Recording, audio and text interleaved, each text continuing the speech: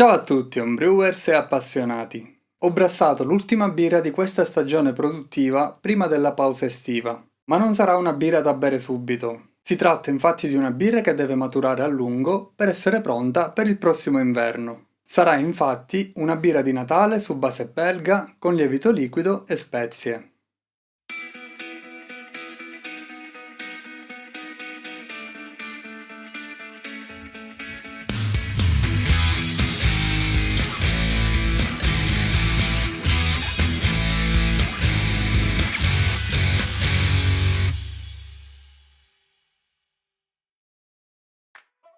Le birre di Natale racchiudono un'ampia categoria di birre generalmente dolci e maltate, sostenute da un buon grado alcolico e spesso anche una buona dose di esteri fruttati o anche di spezie che possono ricordare dolci natalizi.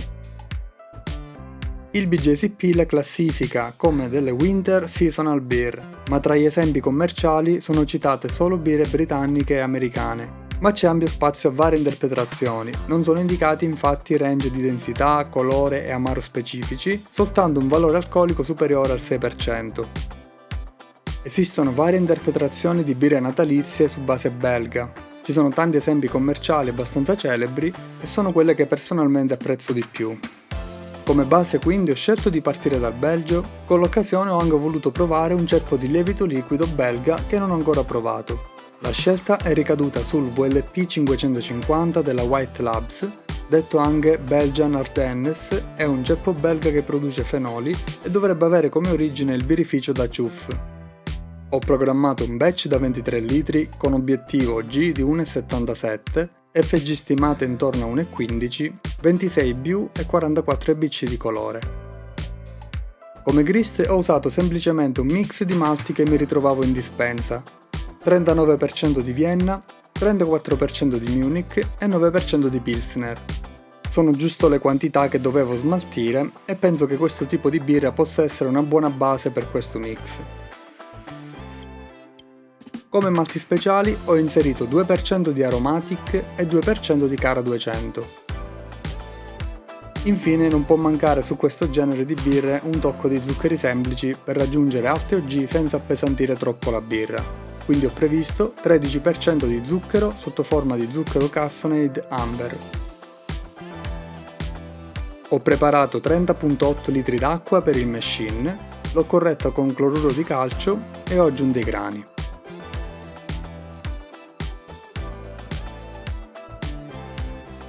Ho fatto il machine a 55 gradi dato l'ampio utilizzo di malto monaco che è un malto con un maggior contenuto di proteine. Sono andato subito in rampa per la prima sosta di saccarificazione di 40 minuti a 64 gradi. Seconda sosta per le alfa-amilasi di 20 minuti a 72 gradi.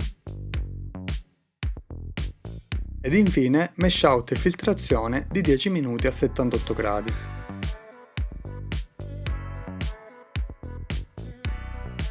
Ho raggiunto qui un OG di 1,69. Per lo sparge ho aggiunto 9.4 litri d'acqua e arrivo a una densità pre-boil di 1,51, che combacia perfettamente con quella prevista. La bollitura è stata programmata per 60 minuti, faccio la prima luppolatura a inizio bollitura con 40 g di Northern Brewer da 7% di alfa acidi che cederà 22 IBU. Completo la luppolatura negli ultimi 10 minuti con 50 g di Saaz che cederà altri 4 IBU. Nel frattempo ho preparato le spezie. Per questa birra ho scelto 3 spezie in particolare, una che è quasi onnipresente su questo genere di birre, che è la cannella. Ho letto molto riguardo le varie modalità d'uso della cannella, in stecche o in polvere, e anche sulle dosi. Per comodità ho scelto di usare quella in polvere, con la quale penso sia più facile ottenere un'estrazione uniforme e più riproducibile rispetto all'utilizzo in stecche. Ho deciso di rimanere comunque in un range basso, intorno a 0,2 grammi litro, quindi 5 grammi in totale per questo batch. L'altra spezia sono le scorze d'arancia, varietà dolce, 0,65 grammi litro, quindi 15 grammi in totale, che possono sembrare tanti, ma su una birra del genere penso che non si vada a percepire tantissimo, come su una wheat beer. L'ultima spezia è questa tipologia di pepe di origine africana, chiamato grano del paradiso o pepe di Melegueta. So che è un ingrediente usato da molti birrifici in Belgio, dovrebbe dare un sapore simile al pepe nero con un tocco di agrumi. Anche su questo ho previsto un dosaggio molto controllato perché voglio che vada a fondersi con i fenoli speziati prodotti dal lievito, quindi 0,2 grammi litro, 5 grammi in totale. L'ho schiacciato con il pestello allo stesso modo che faccio con il coriandolo. Ho aggiunto la cannella ed il pepe negli ultimi 10 minuti, mentre le scorze di arancia ho preferito aggiungerle negli ultimi 5 perché hanno degli oli che evaporano velocemente e anche per non estrarre astringenza e amaro dalla parte bianca delle scorze. Ho lasciato le spezie durante tutto il raffreddamento, poi ho rimosso il cestello e il chiller e ho trasferito il mosto in fermentatore.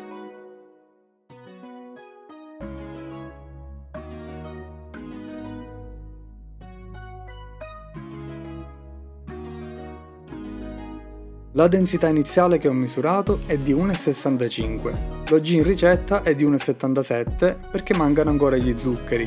A conti fatti dovrei stare un punto sopra quella prevista, quindi siamo perfettamente in linea. Bellissimo anche il colore, volevo ottenere un ramato carico che è appropriato secondo me per una birra natalizia. Per quanto riguarda il lievito, che è il ceppo VLP 550 della White Labs, sono partito dalla vitalità stimata dalla casa partendo dal codice scritto in busta, ed era del 93%, ma si tratta di una busta che avevo ordinato con confezione refrigerata che doveva arrivarmi in 3 giorni, ma il pacco è ritardato ed è rimasto in deposito per qualche ragione e l'ho ricevuto dopo 8 giorni. Anche per questo motivo ho preparato un abbondante starter di 2,3 litri con obiettivo di pitching rate di 1,2 milioni di cellule per millilitro per grado plato. Dovrebbe essere un ottimo tasso di inoculo per questa birra, anche leggermente in overpitching. Spero però che il lievito non si sia danneggiato troppo durante il viaggio. Ho inoculato il lievito e ossigenato con la paletta per 2 minuti.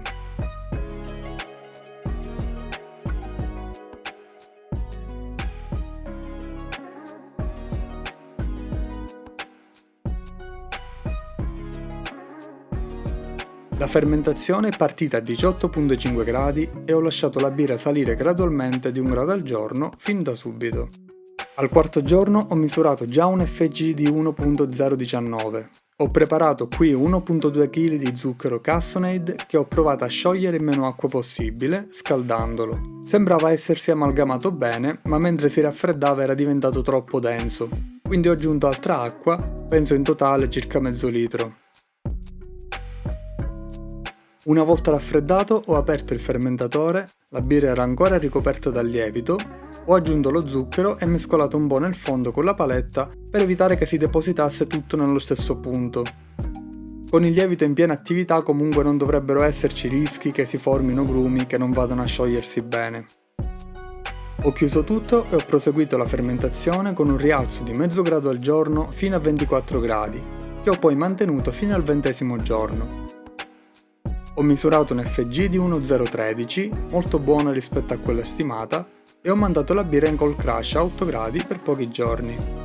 Al 26° giorno ho imbottigliato. Ho fatto prima il priming in bottiglia con obiettivo di 3 volumi di CO2 per litro. Ho riempito le bottiglie con il sifone e le ho tappate.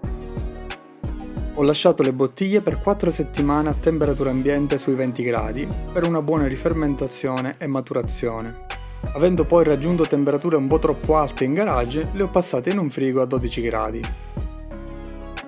L'FG è confermata di 1,013. Ho registrato un'ottima attenuazione dell'82%, complice anche il 13% di zucchero, ma sicuramente il lievito ha lavorato bene da questo punto di vista.